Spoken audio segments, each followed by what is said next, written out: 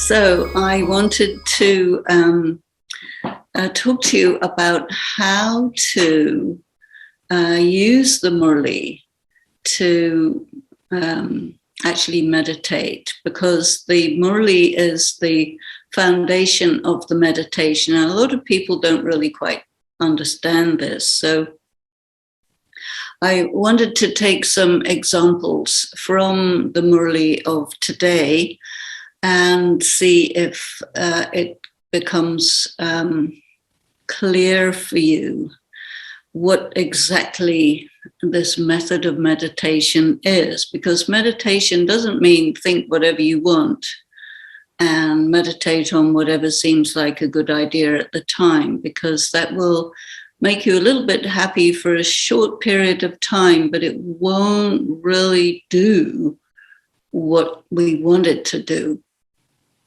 In that case, it's counterproductive. So I'm just looking through to see a point that may be useful for you. And I'm going to take this sentence. It says, "You are studying to claim your fortune of the kingdom for 21 births. That is, you have come here to make your fortune of the kingdom." So we're going to take this sentence as the foundation of the meditation. Obviously, you can take any sentence, but this one I think may be intriguing because, first of all, you have to ask yourself, is that what you're actually doing? It says you are studying to claim your fortune of the kingdom. And the whole theme of the Murli is about fortune being awakened. And it's really something to think about. So you are the soul who God is talking to. And he says, you are here to make your fortune. And so ask yourself, is that really what's going on for you? Are you here to make your fortune? Do you think you are here to make your fortune? He says you are here to make your fortune. That means it is something to think about. So meditation means to think deeply about what is worth thinking about. And the question of making your fortune is intriguing. The song that he talked about is, it's, "I have come because my fortune was awakened." And so you have to think about this idea of fortune and the idea of fortune getting awakened, and ask yourself, okay, here's something to think about. I'm a soul who was out of luck, out of fortune. And here he is saying, okay, your fortune turned around. Your fortune woke up. That means to say any kind of misfortune that may have been going on was ended by this circumstance that you came to God. Somehow or the other, you came to God, and it changed everything. What exactly did it change? How did it change it? Did it really change it? So you're asking yourself these questions. All this is meditation, to think deeply about something that he says. And so again and again, go to the beginning of the exploration that, okay, my fortune was awakened. And how is fortune awakened? And what is the meaning of fortune being awakened? And you have to look at the opposite. Fortune on one side, misfortune on the other side. So if you look at your life from the position that you're sitting in at the moment, just look at your life and look at the direction it was going. And maybe it was going in the direction of the rest of the world, which means Kali Yuga. Kali Yuga is basically sending everyone into problems because the karma that everyone does in terms of their thinking, their speaking, the way of relating, the choices they make, put them into loss. So to what extent was this going on in your life? There must have been something going on that was causing you to invoke this encounter with God. And so here you are, you came. And whenever you came, it could have been many years ago, it could have been a few years ago, or just recently, but whatever it was, you came and you began to study spiritual knowledge. So think about that. Okay, this is me, I'm the soul, and I came, or I arrived, or did Baba call me? Did Baba find me, or did I find Baba? Generally, we feel that it's not very easy to find God. So it's much easier if God found me, because how do you find God? It's very difficult. So God found me, and here I am. And once you find God, you find the source that gives you back what you had lost. And so fortune means wealth. Spiritual wealth means spiritual energy, spiritual wisdom, and the different qualities, the purity, the peace, the power, the love, the bliss that the soul is made of, that God is the ocean of. And more than anything, I think what many of us wanted was clarity. We want to know what's what. We were looking for truth. I think most people are very keen to find truth. And it is said God is truth. And the opposite of truth is untruth. Was I going along on the basis of a few things that were untrue, thinking that they were true? And first and foremost, I think one's sense of self. So you go again and again back to this song that is the foundation of this Murli. I have come because my fortune woke up. My luck changed. And I started to get what I need in terms of information and in terms of qualities and in terms of know-how, how to connect with God. So here I am sitting here meditating, thinking about my fortune. And then he says, study. Fortune and study are connected. So see those two words, fortune and study. My fortune is awakened and I started to study truth. So think about that for a minute. We're looking for truth, but then we found God, we found truth. And what is truth? Many things are there, but the first truth is, I am okay. That's a very important statement to make to oneself. And God found me, which means I'm important. And sometimes you think, I don't matter, I'm not important. What difference does it make if I'm here or I'm not here? But God found me and said, okay, I would like you to be my child and be my student. So that's my fortune. And he says, okay, now study. Study means understand yourself. Understand who you are. What you thought you were is not what you actually are. What are you studying? You're studying about the knowledge of the soul and its passage through time. So my fortune is to know who I am. How does this study show me who I am? What has it shown me about me? Well, one thing it shows is that this is as bad as it gets, because we have been declining for 84 births.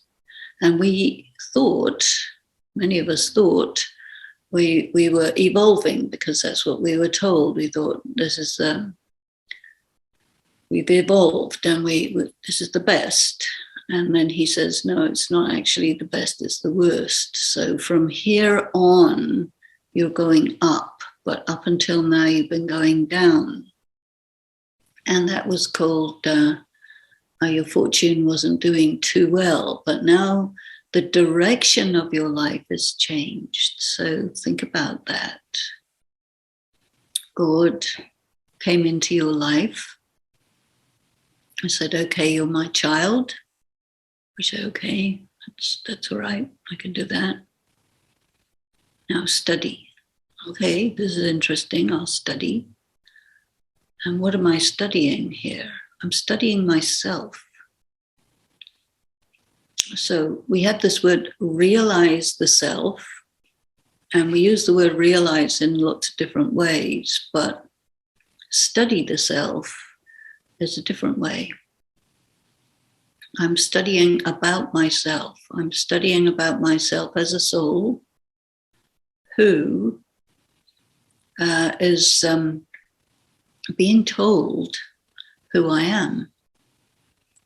And there's a big difference between me studying about myself under the instruction of God and what I have been told about myself by people. And who tells you who you are in life, your parents. They give you your identity. The people around you reflect you back, and they tell you who you are in terms of how you look. They talk to you a lot about your body, if you're beautiful or not, if they like you or not. And so you get all these messages from people which compare you to other people physically. They may tell you about your intelligence level, your potential, you're attractive, not attractive. And then God is saying something different. He says, no, none of that has any relevance whatsoever. It's just physical stuff, but you're not physical. You're something else. You're a being. And when you thought you were an object, it made you act in that consciousness. It made you act as if you are a body. But now it's different. So think about your fortune. What is your fortune? Your fortune is you're loved by God. You're selected by God. And you say, okay, why? Why am I selected by God? What's so great about me? And then you start looking at yourself and say, well, why would God select me? And he says, well, why not? And there is a saying, many are called and few are chosen, but they're not chosen by God, they're chosen by themselves. So he calls us, he says, okay, now you come, I can make your fortune. The word for God in Hindi is Bhagwan, and Bhagwan means the fortune maker. And so he's talking to us as the fortune maker. And so you think, okay, my fortune is awakened by the fortune maker himself. And he says, okay, all you have to do is make yourself free from depending on the messages that people give you. Make yourself free from thinking that that's true. Make yourself free from believing things about yourself that are physical and taking it as if it's really about you. So it means we have to change our perspective on ourselves. So meditating about your perspective on yourself.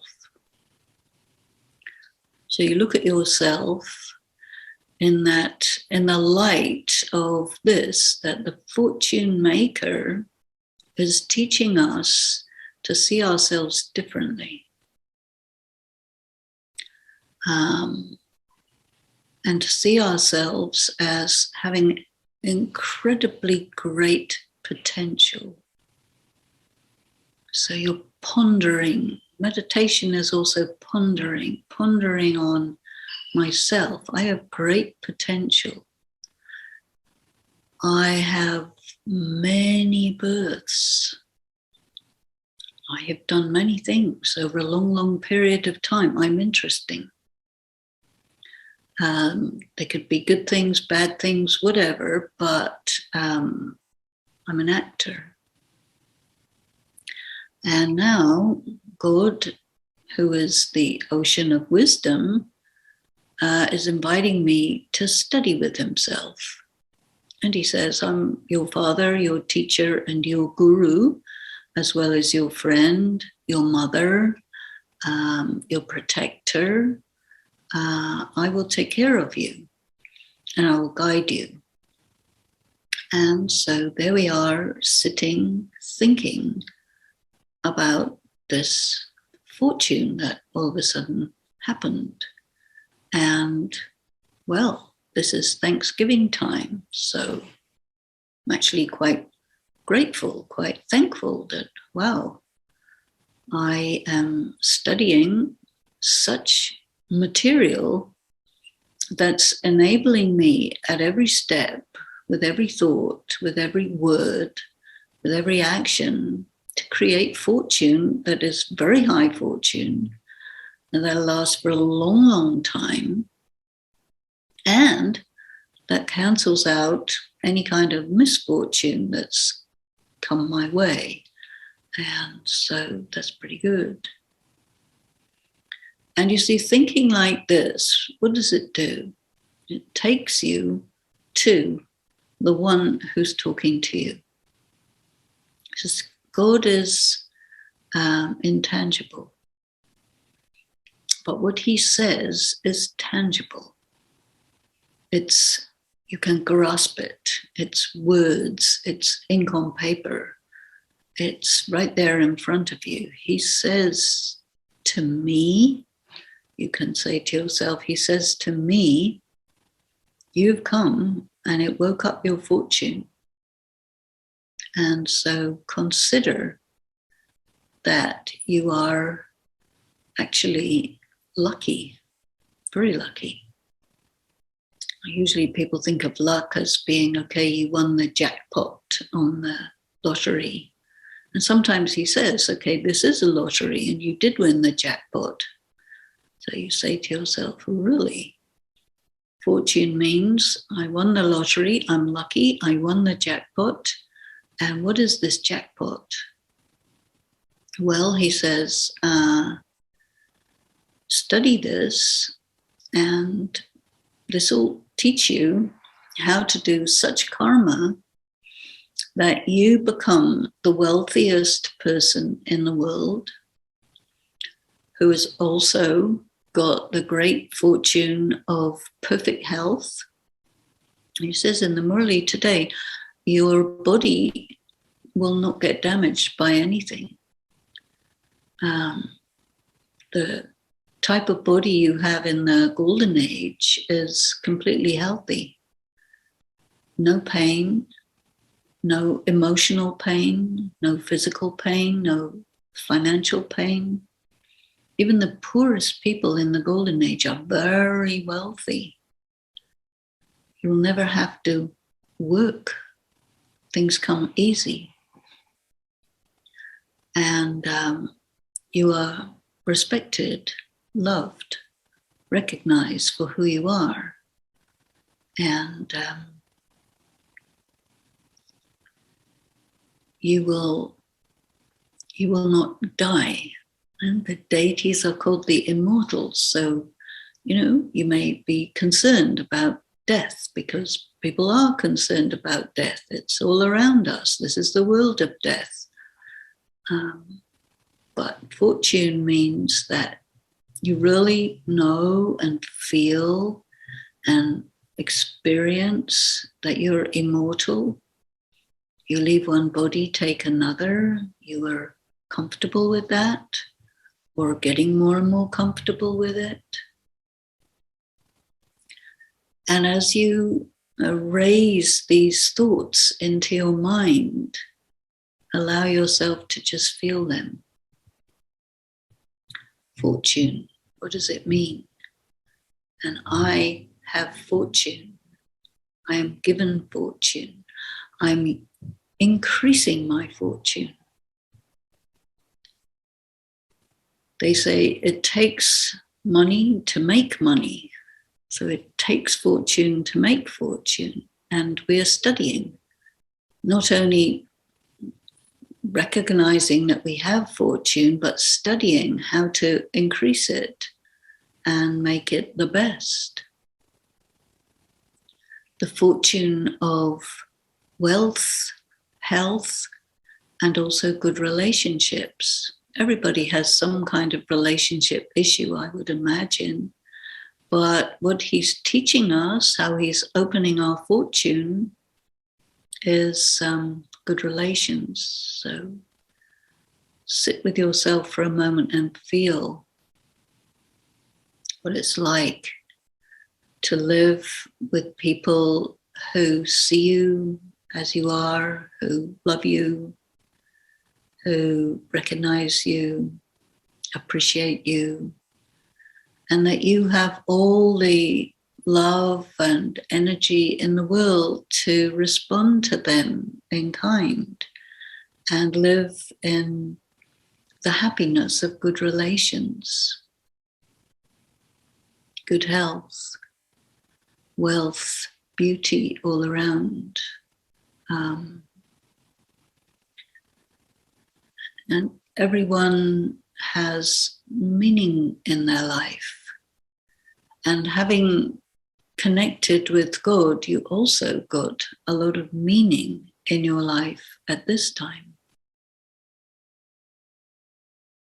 Even if you don't have all sorts of physical wealth and health and good relations, but what you do have is you are dwelling in the heart of God. You are being guided at every step. He's giving you also the fortune of spiritual powers, spiritual wisdom, so that no matter what the situation, you actually have access to a huge compendium of knowledge that will let you know, when you think about it, you know exactly what to do, how to do, good choices to make, so that even troubled circumstances can get resolved quite well, because you have access to the ways to sort things out. And anytime if you feel in your mind, you get that feeling that you doubt yourself, or it affects you when somebody doesn't treat you well or doesn't understand you as you hope to be understood, but you understand yourself and God understands you, and that's enough. If another person can't see you, well, It's not surprising, really. They don't have the third eye, so how could they? And it's about being all right with that. But this is how you meditate with the Murli. And when you have, initiated this process of selecting a sentence from the Murli and going into the depth of it, you can see what I'm doing is gathering all the thoughts that are connected with your fortune being awakened, and study with God, the fortune maker.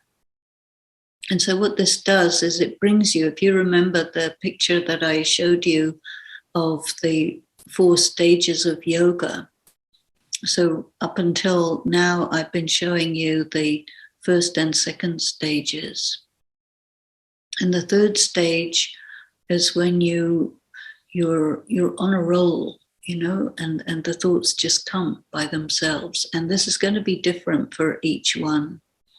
And I will not guide you in that, because what I think is useful for you is to just have a bit of an idea of how to get it going, because each person will get carried into the third stage of concentration with your own process of thinking. And when you're telling somebody else how to do it, that's one thing. But when you're doing it for your own self, it's really personal. And it's just between you, yourself, and God. And so this takes you to God, and the connection with God is like you have arrived at a destination, which is a journey of the mind, a journey of thought. And you're exploring these points that we selected arbitrarily. There are so many points in the Murli, but just to sit with the self and really learn to use the Murli. And just put, here we put 2 points together, the fortune, having awakened, and study. And what those 2 things do. You can also put 3 or 4 together, or you could just take 1. It's entirely up to you. But the first step is to decide, okay, what am I going to explore? And he often says that meditation is a journey. It's a journey of the mind. And you've already thought about, I'm a soul leaving the body, traveling to the soul world, going around the cycle, come back into the golden age, or sending love and peace to everybody, and so on. So that's okay, but you've done it already. And meditation needs to be fresh and new. And this is why you often hear Gyan, then yoga, then dharana, then service. So Gyan is in the Murli. And by churning the Murli, studying the Murli, going into the depth of it, asking yourself, okay, what is this? And what do I think about this? And also discussing it with Baba. This is also meditation. So meditation doesn't mean trying to make yourself just become quiet, because that's like more physical. But when you churn the Murli, when you take up some points from the Murli and explore them, it takes you somewhere. That's why it's called a journey of remembrance. And of course, the destination, where will it take you? All of these churnings take you to the origin of the knowledge, which is God. And to arrive at God means to arrive at his mind. And the Murli is what comes out of his mind. And so you want to go in deep. And as I mentioned from time to time, the Murli is encoded because it's not accessible to anyone who's not really his child and not really his student. So if anybody else picks up the Murli, they'll say, oh, it's not very interesting. But for us, we go into it and we find what's deep in the depths of the ocean. And we arrive at the point, which is God. And when you arrive at Baba through some of the things that he says, you're arriving at the origin of what he says, which is himself. And you arrive at him, not through yourself. Because if you arrive at God through yourself, that means according to what you know about God, which may or may not be correct. But if you arrive at God through him, you're arriving at God through what he says, and you're following that train of thoughts that actually takes you to the origin of what is said. And that's why it's so interesting. Because, people don't really know God.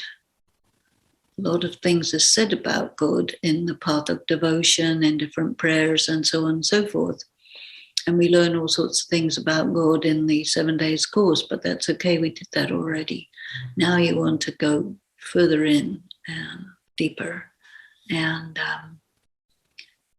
you see, sometimes people say, oh, I can't meditate. And that means that they're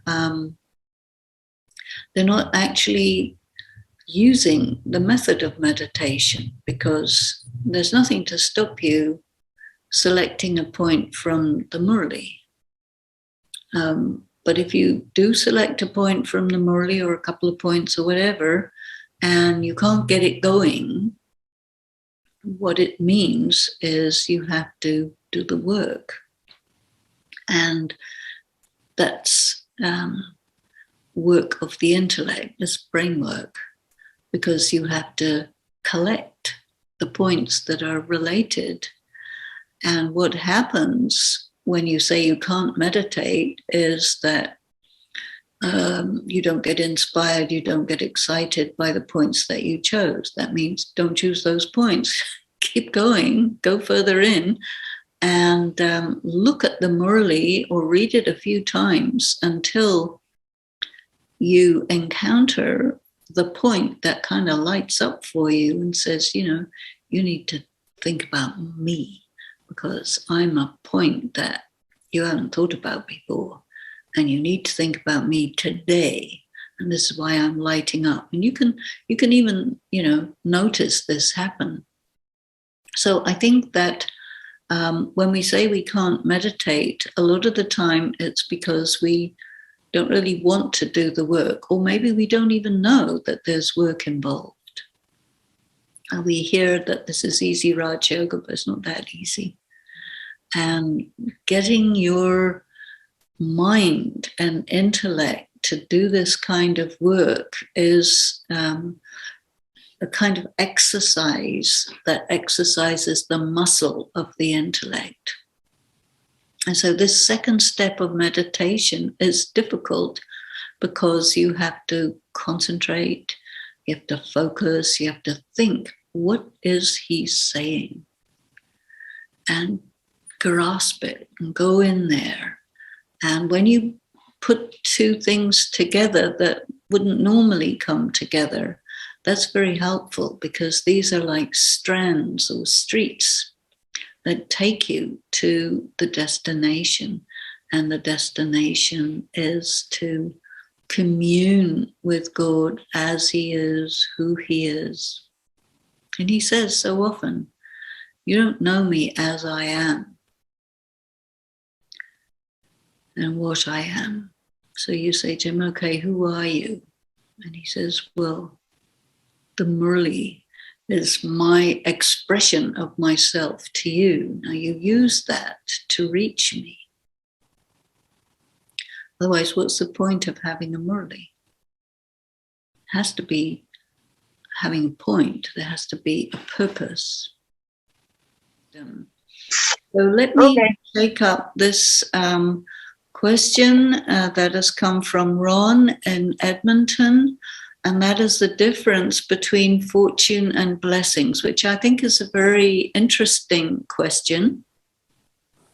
So fortune is bhagya, and blessings is vardhan. So fortune,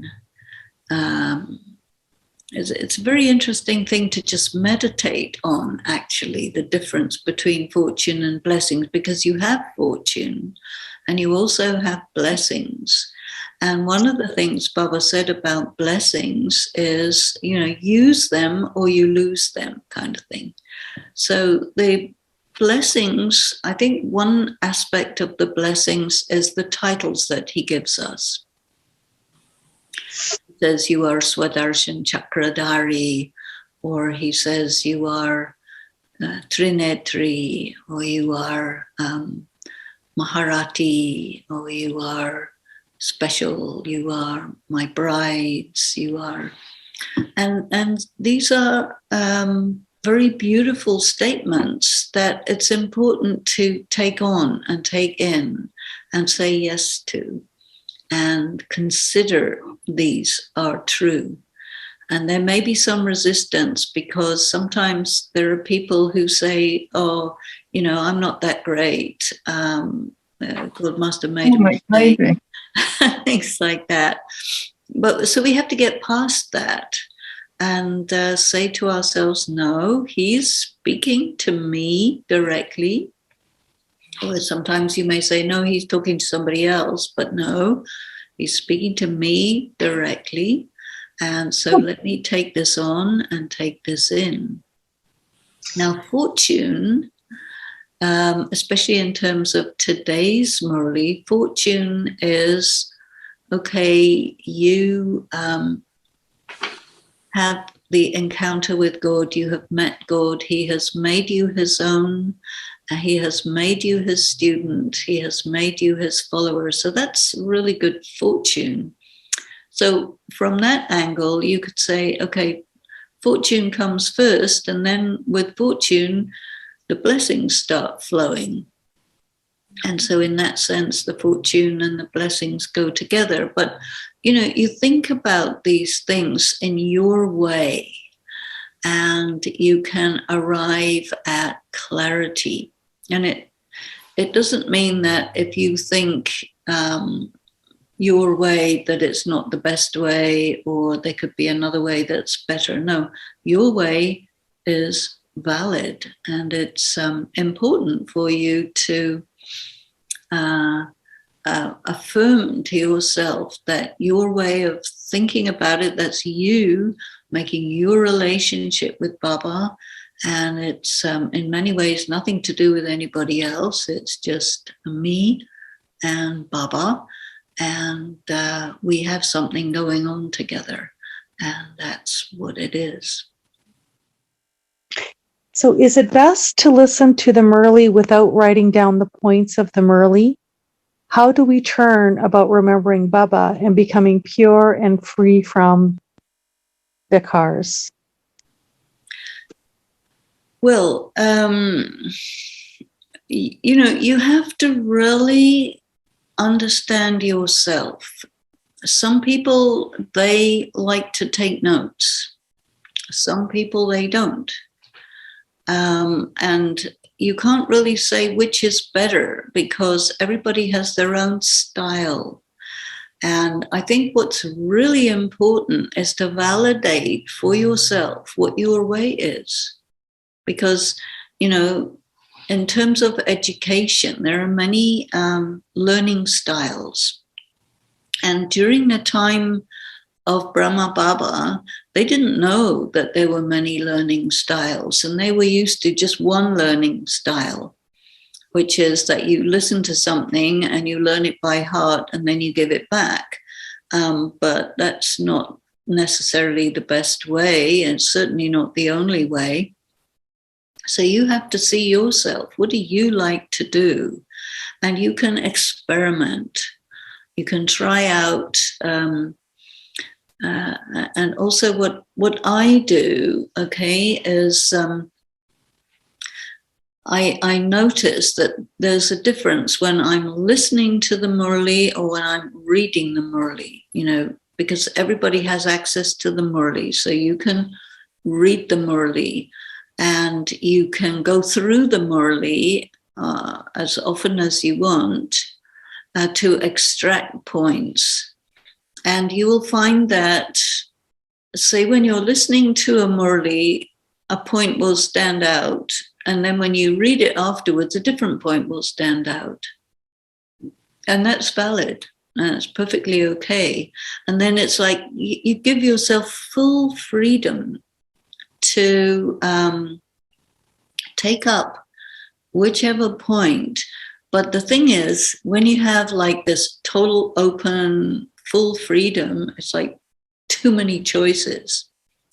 And so then a good idea is to take the one that strikes you first and work with that, because then you don't have to be troubled by all the many, many choices that you have. If there is a day where you just can't decide, then just keep looking at the Murli patiently until you see, yeah, this one intrigues me. Let me spend a little time on that. And if you finish that point quite quickly, there's nothing wrong with going to another point and looking at that one. You see, I think a lot of people feel that there is a right way and you want to know what that right way is, but it's not really like that. I think it's just really good to acknowledge to yourself that there's many, many ways.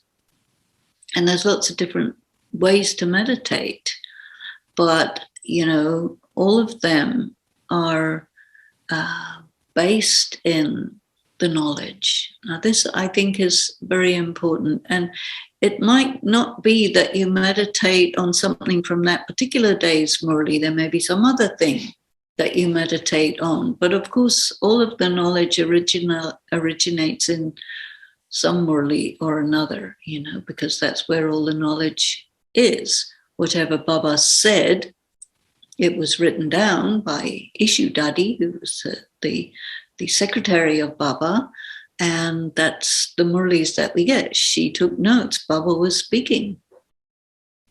She took notes, and that's the Murlis that we get, you see.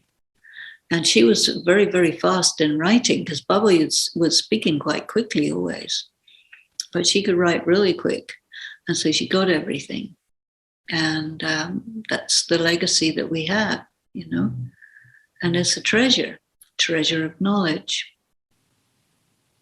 So let me hear another one. Okay, so the one that you were reading was self-conscious with concern. Others will know I'm not maybe properly remembering. Oh, well, very important to not be concerned about what others think or don't think, because they don't know what's going on in your mind, even if they claim that they do. It's something you need to really be clear about. And so anyway, it's none of their business what you're thinking or how you're thinking. And so it's like really good to create these boundaries around yourself. This is me with God, and it's nobody else's business. Let's face it. You don't allow yourself to be invaded like that. And other people's opinion doesn't count.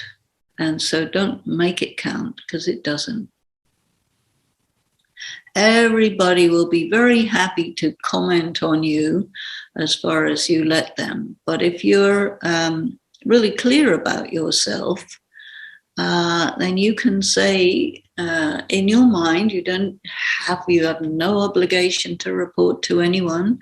You say in your mind, if you think somebody might be wondering about what's going on in your mind. Create a mentality which is like a boundary, and do not be so open to invasion. I really think that's important.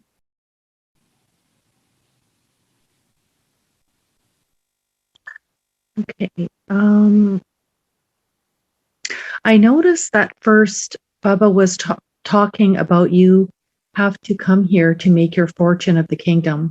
Then it goes from making your fortune, the fortune becomes elevated by doing two things: staying in remembrance and paying attention to the study. From this, Baba is raising the bar by now. He wants us to do three things, which he calls Srimat: become voiceless, maybe viceless, become soul conscious, and don't perform wrong actions. Okay. This last stage makes your fortune become elevated for 21 births. Well, all of these three things are absolutely connected, aren't they? Being viceless means the same thing as do not perform wrong actions. And do not perform wrong actions is the same thing as perform right actions. And perform right actions is the same thing as be soul conscious. Because when you're soul conscious, the natural thing to do is to perform actions that correspond with the quality of the soul. But if you don't have power, and everybody doesn't have quite enough power, right? So you need to have remembrance. But the key thing is not to be under other people's influence. So it was interesting, the earlier question that you mentioned is about other people, what other people think about whether I'm meditating properly or not. And you have to really make it clear to yourself that it's not their business. And do not be such that, you allow them to feel that they can invade your private space. Why would you do that? You don't have to. Nothing that says you have to do that. You're in school and the teacher is God and there are classmates around, but each classmate is studying for their own selves. It's not their business to see what you're doing or how you're doing. If you invite them or ask them, or you have somebody who you trust and whose opinion you value, that's another matter. But if somebody wants to impose their opinion on you, then it's up to you to put a boundary and say, not allowed. Stay on your side of the fence. You know what I mean? And that's important to know about that.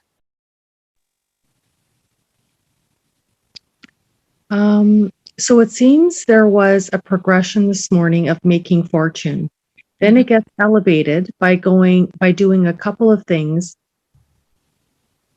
Then the bar gets raised with history mat, which gives 21 births. I found it had levels to think about. Yes, that's really good. Because when you have something to think about, that's called meditating. Meditating really means to think deeply about what is worth thinking about. It's a good definition of meditation from the angle of studying and thinking.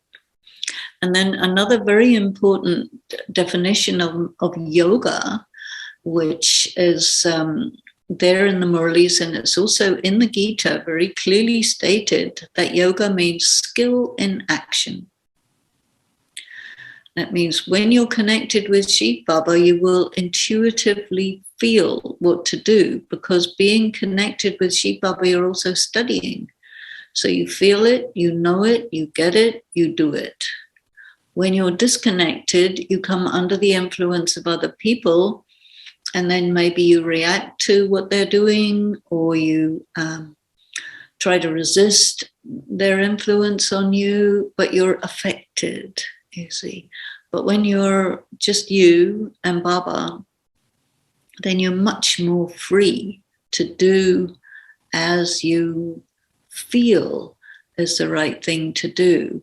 And that freedom is very important, so that you know the information, you're connected with Baba, you're in your stage of self-respect, and then you act, and it comes out well. Okay, and I believe that is the end for the questions and comments. Okay, brilliant. Well, we've also reached our 7 o'clock, which is the end time for our session. So if I may, let us just have a few moments together to just feel the beauty of our fortune, which is awake, the beauty of being lucky, of being chosen by God to be his students and to be in his family. And it's good, really good.